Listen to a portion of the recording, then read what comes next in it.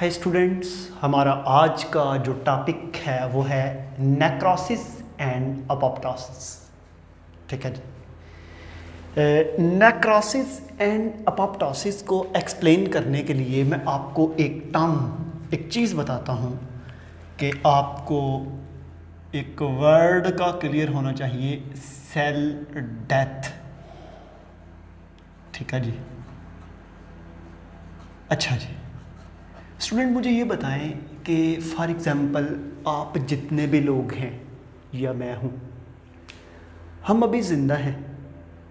अगर हम पूरी लाइफ बहुत परहेज़ करें, हमारी फूड अच्छी हो, एक्सरसाइज हो, डाइट हो, हमारा इन्वायरमेंट अच्छा हो, तो क्या हम इमॉर्टल हो जाएंगे? हम कभी नहीं मरेंगे? नो, ऐसा नहीं। ये आपको पता है कि हर चीज़ ने मरना है, हर चीज़ की एक लाइफ है, उसके बाद उसने मर जाना है।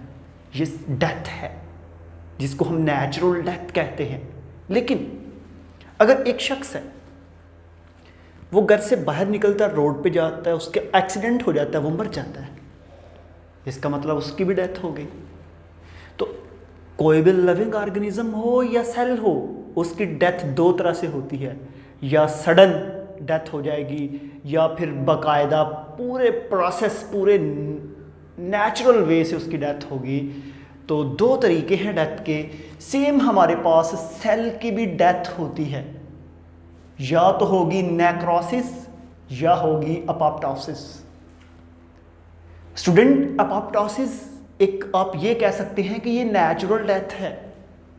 नेक्रोसिस जो है ये सडन डेथ है। जिस तरह मैंने बताया कि एक शख्स रोड पे जाता है, उसका एक्सीडेंट हो जाता है, वो नेक्रोसिस है। इसी तरह सेल की जब सडन डेथ होगी तो उसको बोलते हैं नेक्रोसिस। उसके साथ जो दूसरा मैंने बताया है वो है अपोप्टोसिस। अभी हम ये कुछ बातें करते हैं इसके बारे में कि ये चीज़ क्या है। स्टूडेंट, आपकी बॉडी के अंदर मिलियन सेल्स हैं, ट्रिलियन सेल्स हैं। हर सेल को मैसेज आ रहा है सस्टेनेबिलिटी का, मोबिलिटी का। आपकी जितनी भी बॉडी में सेल्स हैं, इनको मैसेज आता है। आपकी बॉडी में नर्वस सिस्टम है, आपकी बॉडी में एंडोक्राइन सिस्टम है, जो आपकी पूरी बॉडी को आपस में अटैच करके रखे हुए है। पूरी बॉडी अटैच है, एक सेल दूसरे सेल के साथ इंटरकनेक्टेड है। ठीक है जी। तो आपकी बॉडी के अंदर सेल डिवीजन हो, उसके लिए भी वो बाकायदा एक तरीका है। देखें, फॉर एग्जांपल मेरे ये दो बाजू हैं, ये तो नहीं होता कि राइट वाला बाजू डिवाइड करता रहे यहाँ पे अनकंट्रोल्ड डिवीजन होके और ये बड़ा हो जाए और ये वाला स्टॉप हो जाए। ना, ये पूरा एक बॉडी के अंदर डिविजन्स है। बॉडी मॉर्फोलॉजी जो है वो एक कंट्रोल के मुताबिक जो है डिवाइड करती है। पैटर्न ऑफ फॉर्मेशंस के बॉडी की जो है वो ग्रोथ किस तरह होनी है, मतलब कि बाजू की इक्वल होनी है, बॉडी की आपकी एब्डामन की ग्रोथ है, आपके नोज़ है, आपकी टंग है, आपके ईयर्स हैं, आपका फेस है। हर एक का पैटर्न ऑफ जो फॉर्मेशन है वो डिफरेंट है। बॉडी के अंदर जो सेल है उनकी डिफरेंशिएशंस, आपको पता है कि एक इंसान की बॉडी में मिलियन सेल्स हैं, वो सारे के सारे बनते हैं जाइगोट से। अब जाइगोट डिवाइड करके क्लस्टर ऑफ सेल्स बनाता है। वो जो क्लस्टर ऑफ सेल्स हैं फिर उनमें डिफरेंशिएशन होती है। कुछ स्किन सेल्स बनते हैं, कुछ हेयर के बेस के सेल्स, कुछ आई सेल्स, कुछ बोन सेल्स, कुछ नर्व सेल, कुछ एंडोक्राइन सेल्स, डिफरेंट सेल्स बन जाते हैं। ये डिफरेंशिएशंस है, मॉर्फोलॉजी है, मोटेबिलिटी है आपकी बॉडी के अंदर। मैं एक ही वर्ड में बताता हूं कि बॉडी में जितनी भी सेल्स में फॉर्मेशन हो रही है, हर चीज़ एक बाकायदा मेथड के ज़रिए होती है। और स्टूडेंट्स, कोई भी सेल है वो प्रीडिस्टाइन फेट है, उसको पता है कि उसने कब मरना है। आपकी बॉडी है, इसकी डेथ हो जानी है एक दिन, आप जितनी मर्जी परहेज कर लें, आपकी बॉडी की वक्त के साथ डेथ हो जाएगी। इसी तरह आपकी बॉडी के अंदर डिफरेंट सेल्स हैं, उनकी भी वक्त के साथ डेथ हो जाती है। मैं फिर बता रहा हूँ कि कोई भी लिविंग ऑर्गेनिज्म ऐसी नहीं है जो इमॉर्टल है, वक्त के साथ उसने मरना है। यहाँ पे मैं आपको एक और चीज़ बताऊँ, अगर आप में से किसी ने फिश को देखा हो और इसके साथ फ्रॉग को देखा हो या टोड को, फ्रॉग या टोड का जो छोटा सा बेबी होता है ना, उसके पीछे टेल है, कभी देखा है? दिखने में वो बिल्कुल फिश के बच्चे की तरह का नजर आता है, लेकिन वक्त के साथ वो टेल खत्म हो जाती है, जिसको हम ऑटोफैगी का प्रोसेस कहते हैं। वो सेल कहाँ पे गए? टेल वाले। सेम इंसान की बॉडी में ये जो हमारे डिजिट्स हैं, हैंड के डिजिट्स हैं, इनके सेंटर में यहाँ पे कुछ जब डेवलपमेंट कर रहा होता है बेबी एम्ब्रियो, तो जो है फेटस, तो उसके सेंटर में यहाँ पे डिजिट्स के दरमियान मेम्ब्रेन होती है। जिस तरह डक, बत्तख जो है, पानी में तैरने वाले बर्ड्स जो हैं, उनकी जिस तरह ये डिजिट्स के दरमियान झिल्ली होती है, हमारे हाथों में भी ऐसे ही है। ये भी एक एवोल्यूशन का एक प्रूव है, कहा यह जाता है। वक्त के साथ वो झिल्ली गायब हो जाती है, डिवाइड होती है, सेल वो मर जाते हैं। तो इसका मतलब है कि आपकी बॉडी में जितने भी सेल्स हैं, आपकी बॉडी में नंबर ऑफ न्यूरॉन्स हैं, आपकी बॉडी में तमाम सेल्स प्रीडिस्टाइंड है, उनको पता है कि उन्होंने कब मरना है। अब क्वेश्चन यहां पे ये पैदा होता है कि ये सेल को सिग्नल कहां से आएगा कि अब सेल की डेथ हो जानी है। फॉर एग्जाम्पल मेरी बॉडी में यहाँ पे एक सेल है, वो डेड हो गया, नेचुरली डेड हुआ, तो उसको कैसे पता चलेगा कि मुझे अब खत्म हो जाना है? तो इसके पीछे दो सिग्नल्स हैं, दो स्टिमुलेशन है। या तो सेल के अंदर ही जीन के अंदर इंफॉर्मेशन है, पहला वर्ड मैंने बताया इनसाइड, या फिर सेल को मदर सेल्स जो हैं उनसे मैसेज आता है, जो उसके साइडों के सेल्स होते हैं, उनसे सिग्नल्स आते हैं कि अब आपकी ज़रूरत ख़त्म हो चुकी है, अब आप डेड हो जाएं। तो इस तरह जो बाकायदा एक तरीक़ाकार से सेल की डेथ होती है उसको बोलते हैं एपोप्टोसिस।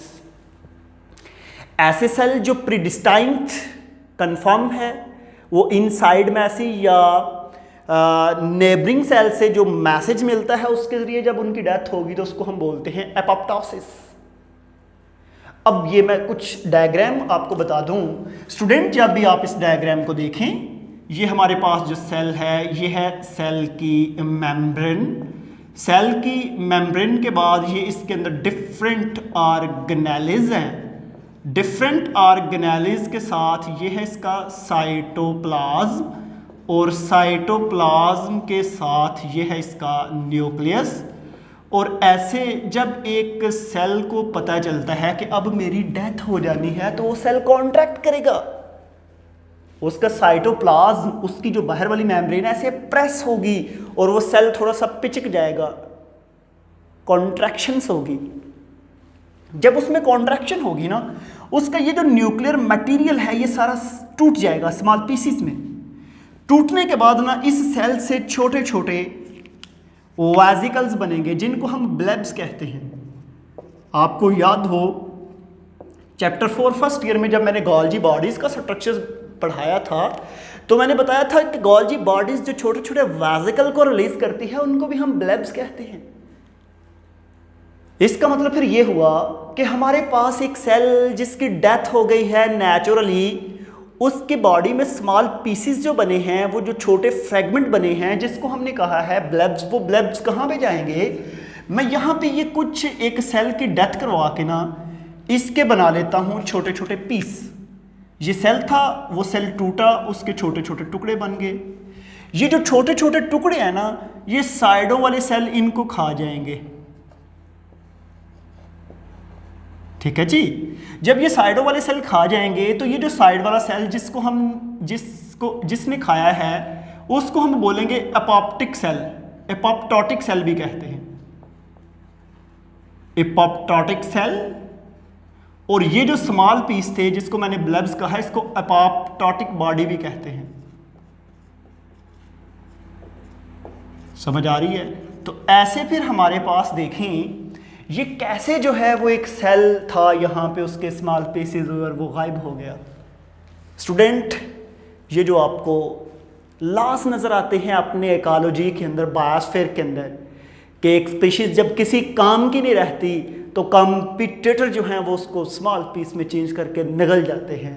एग्जाम्पल आप देख लें, आप एक फॉरेस्ट की एग्जाम्पल देख लें। एक जो जानवर है जब वो वीक हो जाता है, जब उसके अंदर पावर नहीं है अपने कंपैटिटर के साथ कंपटीशन करने की, तो वो तमाम कंपैटिटर उस पर अटैक करके उसको खा जाएंगे। सेम आप ह्यूमंस के अंदर देख लें, एक आम बंदा गरीब है तो तमाम लोग उसी के ऊपर जो है वो मतलब उसको प्रेशराइज कर लेंगे, उसकी हर चीज़ को खुद ओवरटेक कर लेंगे।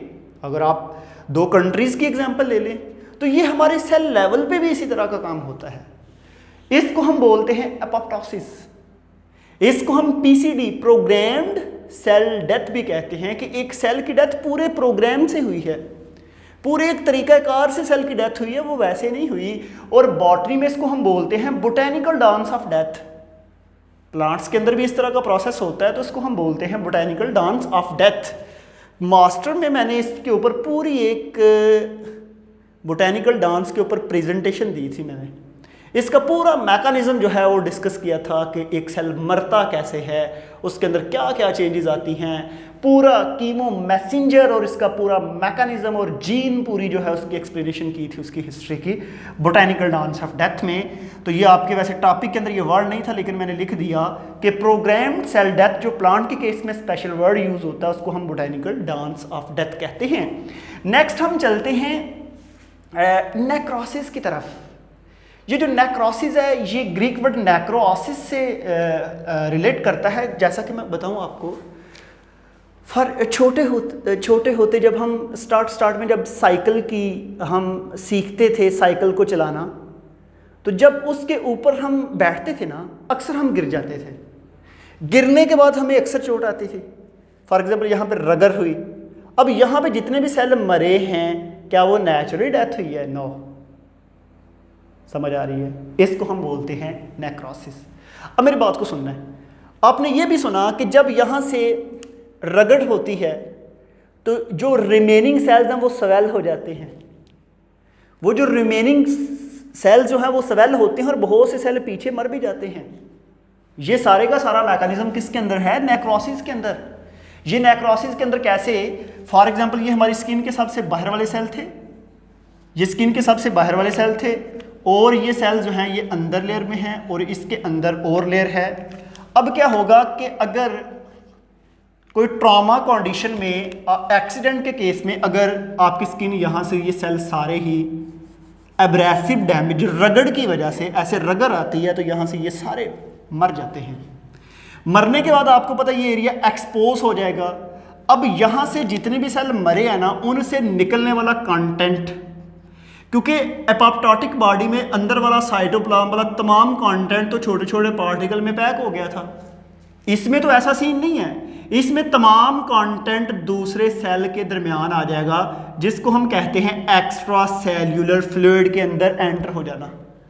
जब ये एक्स्ट्रा सेल्यूलर फ्लूइड के अंदर एंटर होगा तो ये दूसरे सेल को मैसेज देगा, और ये जो सेल हैं ये अपने साइज से थोड़ा सा साइज इंक्रीज कर लेंगे। अपने साइज से जब ये सेल इंक्रीज कर जाता है तो बाद में ये बस्ट कर जाएगा। इस तरह की डेथ को हम बोलते हैं नेक्रोसिस। देखिए, उसमें सेल कॉन्ट्रैक्ट होता था, इसमें सेल जो है वो स्वेल हो जाता है। नेक्रोसिस में मैंने लिखा भी है सेल स्वेल हो जाना, सेल इन्फ्लेमेशंस, इन्फ्लेम्ड, क्योंकि जो नियर बाय सेल से जब उनकी एब्रेसिव डैमेज हुई, वहाँ से जो मटेरियल निकला उन्होंने इन्फ्लेम्ड कर दिया दूसरे सेल्स को, और उससे जो है इन्फ्लेमेशन हुई और सेल की डेथ हो गई। वैसे इसमें यहाँ पे मैं थोड़ी सी आपको बता दूँ, हम ट्रांसपोर्ट वाले चैप्टर में पढ़ाते हैं कि एक केमिकल है जिसको हिस्टामाइन कहते हैं, इम्यूनिटी के अंदर भी पार्टिसिपेट करता है। जब यहाँ से रगड़ आती है तो हिस्टामाइन केमिकल बेसिकली जो रिमेनिंग सेल्स हैं उनके दरमियान वो पैदा होता है और उससे स्वेलिंग करवा देता है, ताकि बाहर से कोई माइक्रो ऑर्गेनिज्म एंटर होकर ब्लड वेजल तक ना चला जाए। वो एक और अलग से टॉपिक है, मैंने जस्ट ज़रा थोड़ा सा बताया यहाँ पे कि एक स्वेलिंग हिस्टामाइन से भी होती है। ठीक है जी। तो हम स्टूडेंट फिर आज सेल साइकिल हमारा चैप्टर सारा कंप्लीट हो गया। हम अपने लेक्चर को यहाँ पे वाइंड अप करते हैं और हम मिलेंगे नेक्स्ट वेरिएशन एंड जेनेटिक्स वाले चैप्टर में। इंतहाई इंपॉर्टेंट है, चैप्टर को मिस नहीं करना। तो आज के लिए थैंक यू।